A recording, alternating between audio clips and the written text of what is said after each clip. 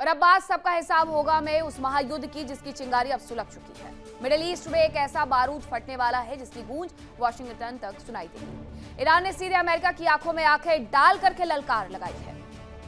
Iran के दिग्गज नेता बी गालिबाफ ने ऐलान कर दिया है कि स्ट्रेट ऑफ हॉर्मुज का असली मालिक सिर्फ और सिर्फ ईरान है। ईरान को अमेरिका पर रत्ती भर भी भरोसा नहीं है और अब पानी सिर से ऊपर जा चुका है। दुनिया के सबसे संवेदनशील समुद्री रास्ते पर अब महायुद्ध के नगाड़े बज रहे हैं। ईरान ने साफ कर दिया है कि अब वो अमेरिका की दादागिरी बर्दाश्त नहीं करेगा और ईरान की संसद के स्पीकर मोहम्मद बी गालिबाफ ने खुलेआम सुपर पावर अमेरिका को चुनौती दे दी है। बी गालिबाफ का दावा है कि स्ट्रेट ऑफ हॉर्मुज पर सिर्फ ईरान का हक है और अमेरिका को इस इलाके से बोरिया बिस्तर समेट करके निकल जाना चाहिए। यही नहीं रुके बी गालिबाफ, उन्होंने आगे ये कहा कि सीधे शब्दों में हमें अमेरिका पर कोई भरोसा नहीं है। जो देश समझौतों को पैरों तले रौंदता है उससे बातचीत का वक्त खत्म हो चुका है। अब हिसाब सीधे समंदर में होगा। अब आपको यह भी सुनाती हूं कि आखिरकार बी गालिबाफ की तरफ से क्या कुछ कहा गया।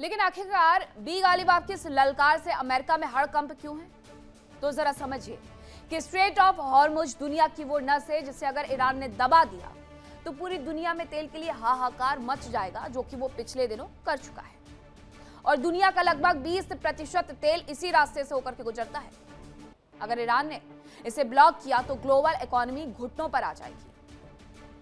ईरान अब वैसे भी बहुत ज्यादा बातचीत के मूड में नजर नहीं आ रहा है और गालिबाफ का यह बयान इस बात का सबूत है कि ईरान आर पार की लड़ाई के लिए पूरे तरीके से तैयार है। अमेरिका के प्रतिबंध, उनकी धमकियों का जवाब अब ईरान अपनी मिसाइलों और नेवी की ताकत से देने के लिए तैयार है। गालिबाफ ने एक बात और बताई कि जब ये बातचीत चल रही थी, वार्ता चल रही थी, तो उस दौरान अमेरिका के राष्ट्रपति डोनाल्ड ट्रंप का एक सोशल मीडिया पोस्ट था जिसमें ईरान को उसके प्रॉक्सी ग्रुप से, खास तौर पर लेबनान में जो प्रॉक्सी हैं उन्हें सपोर्ट ना करने की धमकी दी गई। ईरान की कोशिश से वो पोस्ट 1 घंटे के अंदर डोनाल्ड ट्रंप ने बदल दिया और उन्हें अपनी बात से हटना पड़ा डोनाल्ड ट्रंप को। और ये ईरान की कूटनीति का, उसकी ताकत का सबसे बड़ा जीता जागता सबूत है। दूसरी तरफ डोनाल्ड ट्रंप ने ईरान के परमाणु कार्यक्रम को लेकर के बड़ा दावा किया। ट्रंप के अनुसार कड़े रुख और दबाव के बाद आखिरकार ईरान अपने संवेदनशील परमाणु ठिकानों की जो अंतर्राष्ट्रीय जांच कराना है उसके लिए तैयार हो गया है। यह हालांकि ट्रंप और जेडी वेंस ने कहा, लेकिन इसके लिए भी ईरान ने साफ इनकार कर दिया। ट्रंप ने इसे अपनी नीतियों के एक बड़ी जीत के रूप में पेश करने की कोशिश की और ईरान ने तुरंत इस दावे को हमेशा की तरह खारिज करते हुए कहा कि परमाणु मुद्दे पर ऐसी कोई नई सहमति नहीं बनी है। हम आज इस शो में अपने मेहमान से समझेंगे कि ईरान की इस खुली ललकार पर व्हाइट हाउस से आखिरकार क्या जवाब आता है। लेकिन उसके पहले मैं आपको यह समझाती हूं कि ईरान अमेरिका के बीच में विवाद सुलझाने के लिए जो 4 कमेटियां बनी हैं, आखिरकार वो कौन कौन सी हैं। तो विवाद सुलझाने के लिए जो 4 कमेटी बनी है, हाई लेवल कमेटी, वो पूरी वार्ता की राजनीतिक निगरानी, मध्यस्थता प्रयासों का समन्वय करने वाली है और 60 दिनों में अंतिम समझौते का लक्ष्य है इनका। दूसरी जो कमेटी है उसका नाम है वर्किंग ग्रुप। ये परमाणु ऊर्जा, अर्थव्यवस्था, प्रतिबंध विशेषज्ञ इसमें शामिल हैं। तकनीकी मुद्दों पर सहमति से तैयार मसौदे बना करके ये हाई लेवल कमेटी को भेजेगा। 1 नंबर। सेकेंड वाले का काम होगा कि पहले वाले को वो रिपोर्ट करे। तीसरे नंबर पर है monitoring and dispute resolution group. ये समझौते के पालन की निगरानी, दोनों देशों के विवाद सुलझाने की जिम्मेदारी इनके हिस्से आएगी। चौथे नंबर पर आएगा deconfliction and risk reduction cell. ये सैन्य तनाव को कम करने पर फोकस करेगा और संघर्ष विराम बनाए रखने में मदद भी निभाएगा। इसके अलावा हॉर्मुज खाड़ी के लिए हॉटलाइन स्थापित करेगा। तो अब आपको यह भी बताती हूं कि कभी सख्त कभी नरम, क्या चाहते हैं आखिरकार डोनाल्ड ट्रंप। तो ट्रंप का पहला बयान ये कि यूरेनियम मुद्दे पर ईरान ईमानदार है और बातचीत और समझौते के संकेत उसकी तरफ से मिल रहे हैं। ट्रंप का दूसरा बयान ये आया कि हर संकट का समाधान करूंगा। कूटनीति और संवाद पर उन्होंने इस दौरान जोर भी दे दिया। ट्रंप का तीसरा बयान आया कि ईरान नहीं माना तो एक्शन तय है और सैन्य दबाव और सख्त चेतावनी की भी धमकी उन्होंने दे दी। अब बी गालिबाफ भी कहा पीछे हटने वाले हैं। वो भी हॉर्मुज को लेकर के लगातार धमका रहे हैं अमेरिका को और कह रहे हैं कि धमकी के साय में कोई बातचीत नहीं होगी और बयानों का नहीं, एक्शन का महत्व होता है। उन्होंने डोनाल्ड ट्रंप को सीधे करारा जवाब दिया कि युद्ध से पहले की तरह अब हॉर्मुज की स्थिति नहीं होने वाली। अगर अमेरिका दुनिया भर में यह झूठ फैला रहा है तो ईरान इसे साफ कर दे। ईरान ही हॉर्मुज का प्रबंधन करेगा। हॉर्मुज के लिए टेलीफोन हॉटलाइन वो बनाएगा और अगर इसका उल्लंघन हुआ तो ईरान इसका करारा जवाब भी देगा। तो अमेरिका जो बयान देता है उसकी विश्वसनीयता पर वैसे ही सवालिया निशान लगे हुए हैं, क्योंकि डोनाल्ड ट्रंप 60 दिनों में 41 बार ये कह चुके हैं कि युद्ध समाप्त हो गया। डोनाल्ड ट्रंप ने ऐसे तमाम बयान दिए हैं जिसकी वजह से उनकी विश्वसनीयता पर कई सवाल खड़े हुए। लेकिन अब जो ईरान कह रहा है कि हॉर्मुज पर हमारा दबदबा था और नहीं भी था तो अब है और हमेशा के लिए रहेगा। अब इसी पर करेंगे चर्चा की शुरुआत। कौन कौन से मेहमान मेरे साथ जुड़ेंगे आपका परिचय करवाऊंगी, लेकिन उसके पहले एक रिपोर्ट देखिए।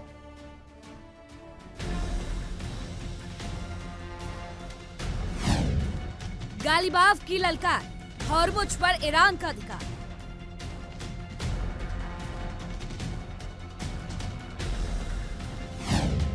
वॉशिंगटन का भरोसा टूटा, गालिबाफ का गुस्सा फूटा।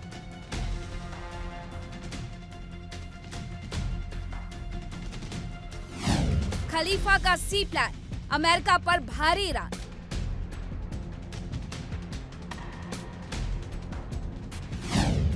ट्रंप की हर चाल बेकार, गालिबाफ को नहीं रहा विश्वास।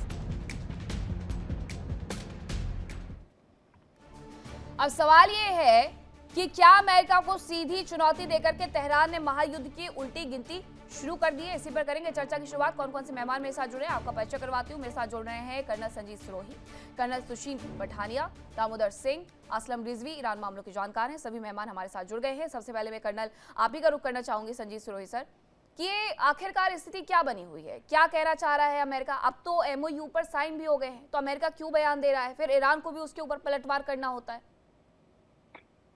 देखिए मीनाक्षी जी, सबसे पहले जो है जय हिंद आपका, आपने अपने चैनल पे मुझे आमंत्रित किया। देखिए, जहां तक सवाल है डोनाल्ड ट्रंप साहब का, अगर डोनाल्ड ट्रंप साहब चाहते हैं कि ये डील थ्रू हो जाए और 60 दिन में कोई ना कोई फैसला हो जाए, शांति स्थापित हो जाए, तो उनको अपना मुंह बंद रखना चाहिए। उनको थोड़ा रिस्ट्रेंट रखना चाहिए अपनी स्टेटमेंट देने में।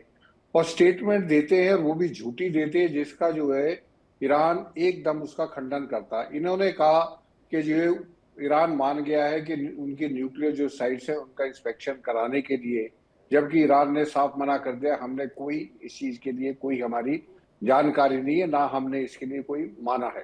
नंबर दूसरा, उन्होंने कहा जो फ्रोजन एसेट्स है इनको जो हम अनफ्रीज करेंगे, जो पैसा रिलीज होगा उससे जो है ईरान अमेरिका के जो एग्रीकल्चर गुड्स है या मेडिसिन है उनको खरीदेगा। उसका भी उन्होंने खंडन कर दिया कि ये ऐसा कुछ नहीं है। उसके बाद डोनाल्ड ट्रंप साहब ने कहा कि स्ट्रेट ऑफ हॉर्मुज को अच्छी तरीके से खोल दिया जाएगा और उस पर जो है किसी का हक नहीं होगा।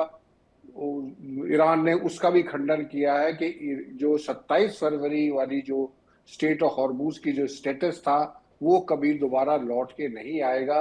स्टेट ऑफ हॉर्मुज को जो है ईरान कंट्रोल करेगा, हो सकता है जॉइंटली ओमान के साथ करे, और जो भी कमर्शियल शिप्स वहां से गुजरेंगे उनको जो है कोई ना कोई सर्विस टैक्स बोलो, टोल बोलो, जो भी आप शक्ल उसका नाम दे सकते हैं वो दिया जाएगा। उसके बाद जो है लेबनान का जो ये मेमोरेंडम ऑफ अंडरस्टैंडिंग हुआ, इसमें इजराइल का जो इंटरेस्ट है उसका ध्यान नहीं रखा गया। तो मेरा ये मानना है कई चीजें ऐसी हैं जो कि ऑलरेडी सही दिशा में जा रही है, लेकिन डोनाल्ड ट्रंप साहब उसकी दिशा और दशा बदलने वाले हैं और जिसकी वजह से रोजाना ये लगता है कि डील हो पाएगी कि नहीं हो पाएगी। तो मेरा ये मानना है कि डोनाल्ड ट्रंप साहब को रिस्ट्रेंट रखना चाहिए, अपनी जो है स्टेटमेंट्स को थोड़ा कंट्रोल करना चाहिए, उस पे जो है सोशल मीडिया पर जो लड़ाई नहीं लड़ी जाती या जो है नेगोशिएशन सोशल मीडिया से नहीं की जाती, नेगोशिएशन आमने सामने बैठ के की जाती है, और जो बातचीत होती है उसको बारे में बाहर बताने की जरूरत नहीं है जब तक पूरा फैसला ना हो जाए। जी बिल्कुल, लेकिन हमें ज़रा ये भी देखना होगा कर्नल पठानिया कि ये जो शेर पर सवा शेर है, अब ये एमओयू की बात कुछ ज़्यादा ही बनते जा रहे हैं। अगर शांति आनी है, एमओयू साइन कर लिया है तो उसे लागू भी करना होगा। डोनाल्ड ट्रंप तो कह चुके हैं कि लागू नहीं किया तो हम सैन्य कार्रवाई करेंगे।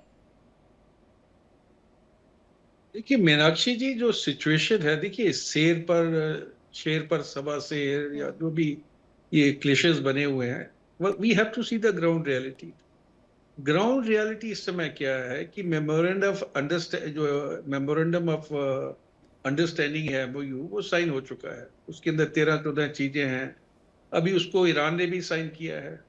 उसके बाद आप देखेंगे डेली बेसिस पे क्लेम किए जाते हैं, ईरान उसका काउंटर क्लेम दे देता है। तो ये एक किस्म का मजाक बन के रह गया है, इसमें एक सीरियसनेस मेरे को कहीं नजर नहीं आ रही। Now, when I say about the ground realities, इस समय जो ग्राउंड रियलिटीज है वो क्या है? हॉर्मज़ स्ट्रेट जो है, ईरान ने उसको दोबारा बंद कर दिया है। नेवल ब्लॉकेज जो है गल्फ ऑफ ओमान में लगा हुआ है। ईरान के अंदर ना शिप जा रहे हैं ना आ रहे हैं। जहां तक इजराइल का सवाल है, वो लगातार लेबनान पे हमले करते जा रहा है। तो क्या ये मेमोरेंडम ऑफ अंडरस्टैंडिंग है? और इसकी जो विंडो उन्होंने रखी हुई है 60 डेज रखी हुई है, 4 ग्रुप बनाए हुए हैं। और इशू क्या है? मेन इशू देखिए, जहां तक यूएसए का सवाल है, वो कम से कम 3 अगर वो कंसेशन इससे ड्रॉ नहीं कर पाता है। सबसे पहली है कि ईरान जो है अपना न्यूक्लियर परसूट जो है उसको बंद करेगा। एनरिच्ड यूरेनियम जो है उसके पास 60% एनरिच्ड यूरेनियम, उसको डाइल्यूट करेगा और हॉर्मज़ स्ट्रेट को ओपन करेगा। अगर ये 3 चीजें यूएसए ईरान से नहीं बना पाता है तो आप ये मान के चलिए कि Iran has emerge as a victorious nation.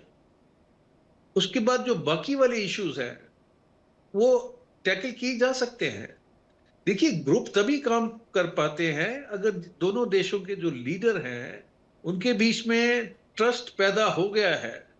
उसके बाद कॉन्फिडेंस बिल्डिंग्स मेजर आस्ते आस्ते लिए जाएंगे, लेकिन यहां तो शुरुआत ही नहीं हो रही है।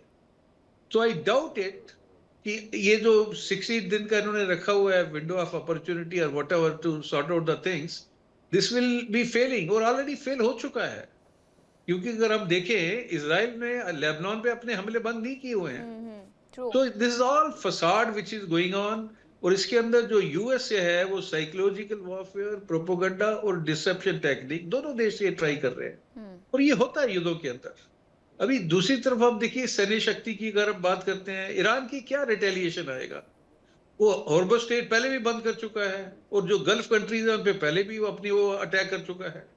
इससे ज्यादा ईरान कुछ कर ही नहीं सकता है। लेकिन जहां तक यूएसए का सवाल है, यूएसए ने अपनी पूरी जो माइट है, मिलिट्री माइट की मैं बात कर रहा हूं, that they have not used. अगर वो खार्क जो आइलैंड है उसको डिस्ट्रॉय कर देते हैं, इनके रेलवे ब्रिजेस, इनके जो वाटर प्लांट्स हैं, इनके जो रेलवे ट्रैक्स हैं, रोड ब्रिजेस, सबको डिस्ट्रॉय कर देते हैं, तो ईरान के पास लड़ने को क्या रहेगा? और इस समय पिछले 3 महीने से या पिछले 2 महीने से जब से ये नेवल ब्लॉकेड लगा है, उनको राशन कहाँ से मिल रहा है, मेडिसिन कहाँ से मिल रही है, एसेंशियल आइटम्स कहाँ से मिल रही है, बच्चों की एजुकेशन सफर हो रही है, लोगों में डिसेंट, जैसे जैसे ये युद्ध लंबा होता जाएगा, इंटरनल डिसेंट जो है ईरान के लोगों के अंदर बढ़ता जाएगा। देखिए इंडिया डेली 24/7 अब आपकी स्मार्ट टीवी पर। इंडिया डेली मौजूद है सभी डिजिटल प्लेटफॉर्म पर लाइव और लगातार। इंडिया डेली 24/7 हर दिन राष्ट्र को समर्पित।